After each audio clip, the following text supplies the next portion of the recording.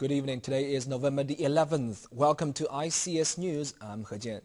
China's May inflation gauge hit a two-year high last month, and the main reason is the surge in price of food. The National Bureau of Statistics says China's October Consumer Price Index is up 4.4% year-on-year, and that's above the market forecast of around 4%. The new numbers are also increasing expectations that the central bank may continue to tighten monetary policy to slow down inflationary pressure. Song Wenjing has more. Officials say the more than 4% CPI increase was mostly fueled by a spike in food prices, which soared more than 10% from last year, while housing prices were up nearly 5% from a year earlier. At the wholesale level, the Producer Price Index, or PPI, was up even more, 5% year-on-year, which indicates that producers face pressure to pass their costs on to consumers.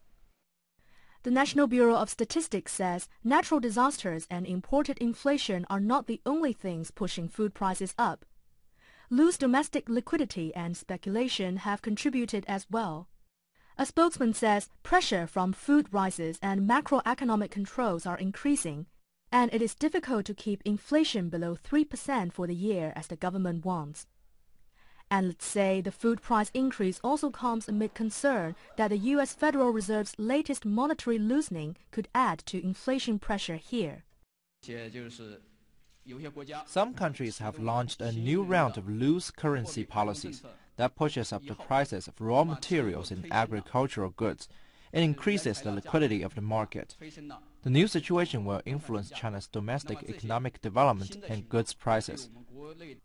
The price index rises help explain why the central bank announced last night it's raising the deposit reserve requirement ratio by 0.5 percentage point starting next Tuesday, the fourth rise of its kind this year to tighten liquidity. That action is expected to freeze 350 billion yuan worth of liquidity. Analysts say the central bank may continue such tightening steps in coming months, including hiking interest rates and letting the yuan appreciate. Song Wenjing, ICS News.